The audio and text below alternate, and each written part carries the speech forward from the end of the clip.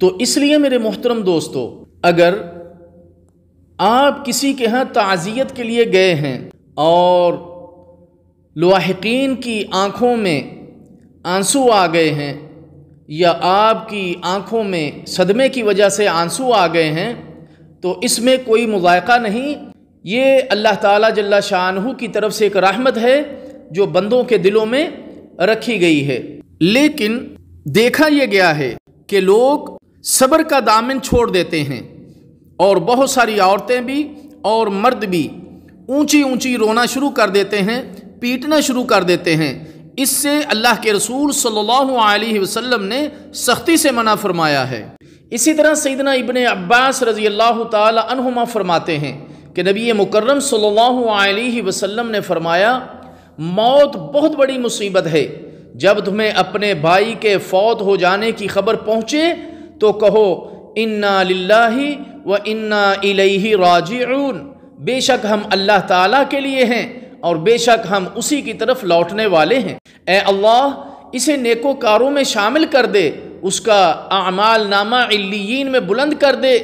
اے اللہ ہمیں اس کے اجر سے محروم نہ کرنا اور اس کے بعد ہمیں فتنے میں مبتلا نہ کرنا۔ لاحقین کو تسلی دینے اور میت کے لیے دعائے مغفرت کر لینے کے بعد ورثہ سے اجازت لے کر چلے جانا چاہیے اور میت کے گھر میں اجتماع نہیں کرنا چاہیے۔ نمبر 2، موبائل یا ٹیلی فون یا دیگر مواصلاتی ذرائع استعمال کرتے ہوئے مذکورہ تعزیتی کلمات کہے جا سکتے ہیں۔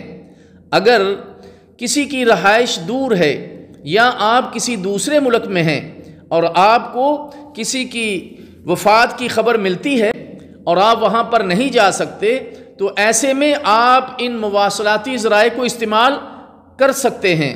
نمبر 3، تعزیت کی ایک صورت یہ بھی ہو سکتی ہے کہ میت کے گھر والوں کے لیے کھانا بھیجا جائے اور ان کے ساتھ ہمدردی کا اظہار کرتے ہوئے ان کی ضروریات کو پورا کرنے کی پیشکش کی جائے۔ حضرت عبداللہ بن جعفر رضی اللہ تعالی عنہما فرماتے ہیں، جب جعفر طیار کے مرنے کی خبر آئی تو نبی مکرم صلی اللہ علیہ وسلم نے فرمایا، جعفر کے گھر والوں کے لیے کھانا پکاؤ، اس لیے کہ آج ان کے پاس ایسی چیز آئی ہے جس میں وہ مشغول ہو گئے ہیں۔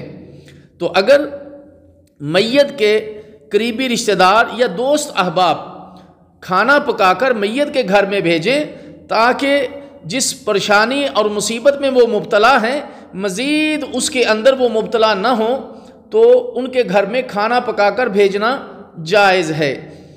اسی طرح نمبر 4، تعزیت کی ایک صورت یہ بھی ہے کہ لاحقین کو تسلی دینے کے ساتھ ساتھ میت کے چھوٹے بچوں کی نگہداشت کا اہتمام کیا جائے، انہیں اپنے گھر میں اپنے بچوں کے ساتھ رکھا جائے۔ تعزیت کے لیے میت کے گھر میں جمع ہونے کی ایک صورت تو یہ ہے کہ جیسے جیسے عزیز و اقارب و دوست احباب کو علم ہو وہ تعزیت کے لیے آنے لگے۔ اگرچہ اس کی شریعت میں اجازت ہے، لیکن ایسی صورت میں تعزیت کرنے اور لاحقین کو تسلی دینے کے بعد چلے جانا چاہیے۔ میت کے گھر جمع ہونے اور اجتماع کی دوسری صورت یہ ہے کہ تعزیت کے لیے آنے والے افراد جمع ہوتے رہیں اور اس اجتماع کے لیے خاص جگہ مقرر کی جائے، مرد اور عورتوں کے لیے علیحدہ بیٹھنے کا اہتمام کیا جائے۔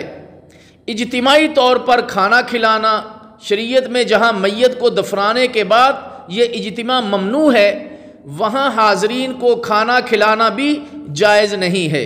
سیدنا جریر بن عبداللہ البجلی رضی اللہ تعالی عنہما فرماتے ہیں، ہم لوگ میت والوں کے ہاں جمع ہونے کو اور جمع ہونے والوں کے لیے کھانا تیار کرنے کو نوحہ شمار کیا کرتے تھے۔ میت کے گھر جمع ہونے اور کھانے تیار کرنے کو صحابہ رضی اللہ تعالی عنہ اجمعین نیاحہ رسم جاہلیت شمار کرتے تھے۔ اسی طرح سیدنا جریر بن عبداللہ البجلی رضی اللہ تعالی عنہ کی یہ روایت مسند احمد میں قدر وضاحت کے ساتھ موجود ہے۔ ہم میت کے گھر والوں کی خاطر جمع ہونا اور ان کے جمع شدہ لوگوں کے لیے کھانا پکانا میت کو دفنانے کے بعد نوحہ شمار کرتے تھے۔ میرے محترم دوستو، ان دلائل سے پتہ چلتا ہے کہ تعزیت کا مسنون طریقہ یہ ہے کہ لاحقین کو تسلی دی جائے، میت کے لیے مغفرت کی دعا کی جائے، مگر اس کے لیے اجتماع نہ کیا جائے اور نہ ہی کھانے کا اہتمام کیا جائے۔ ہاں، اگر کچھ لوگ دور سے آئے ہیں تو پھر میت کے رشتہ دار، اس کے دوست احباب، ان لوگوں کے لیے جو دور سے آئے ہیں اور رات ہی کو واپس چلے جانا ان کے لیے مشکل کا باعث ہے، تو پھر ایسے میں ان کو کھانا کھلانا یا ان کے رہنے کا انتظام کرنا یہ درست ہے۔ اور جو قریب سے آئے ہیں چاہیے کہ تعزیت کرنے کے بعد وہاں سے رخصت ہو جائیں۔ ہمارے ہاں جو طریقہ رواج پا چکا ہے کہ تعزیت کے لیے آنے والا ہر شخص ایک کپڑے پہ بیٹھ جاتا ہے اور ایک اکٹھ کی شکل بن جاتی ہے، حتیٰ کہ صبح 10 بجے آنے والا بھی ظہر تک موجود رہتا ہے، اور پھر حاضرین کے لیے کھانے کا اہتمام کیا جاتا ہے، اور کچھ لوگ تو اس انتظار میں ہوتے ہیں کہ چلیں کھانا کھا کر ہی جائیں گے۔ یہ شرعاً جائز نہیں ہے۔ اسی طرح یہ طریقہ کہ ہر آنے والا دعا کے لیے ہاتھ اٹھائے، فاتحہ خوانی کا کہتا ہے جی فاتحہ پڑھو جی، اور بار بار پورا مجمع ہاتھ اٹھا لیتا ہے، یہ قطعاً درست نہیں ہے۔ یہ دعا کے آداب اور دعا کی حکمت کے بھی منافی ہے۔ اسی طرح میرے محترم دوستو، ہمیں چاہیے کہ جس طرح ہم اپنے دلوں میں اس میت، اس فوت ہونے والے کا دل کے اندر دکھ درد محسوس کرتے ہیں، ہمیں چاہیے کہ ہم اپنے مسلمان بھائیوں کی زندگی کے اندر ان کے دکھ اور درد میں شرکت کریں۔ اکثر دیکھا گیا ہے کہ ہماری یہ جو میت ہے اس کے ساتھ اس کی زندگی میں ناراضگیاں رہتی ہیں اور بہت سارے مسائل ہم بنا کر رکھتے ہیں، لیکن جب وہ فوت ہو جاتا ہے تو پھر ہم دکھ اور درد کا ہمیں احساس ہوتا ہے۔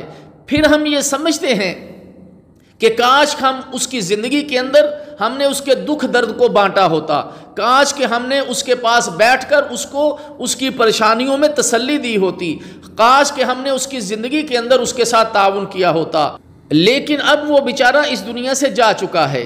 تو اس لیے میرے محترم دوستو، ہمیں آپسی بھائی چارگی کو اختیار کرنا چاہیے۔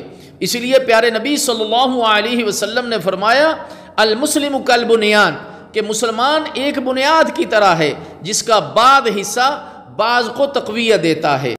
اسی طرح میرے دوستو، ہمارے ہاں تعزیت کے لیے مروجہ کلمات بھی مستحسن نہیں ہیں کہ تعزیت کرنے والا کہتا ہے اللہ کا حکم اور لاحقین کہتے ہیں قبول کیا۔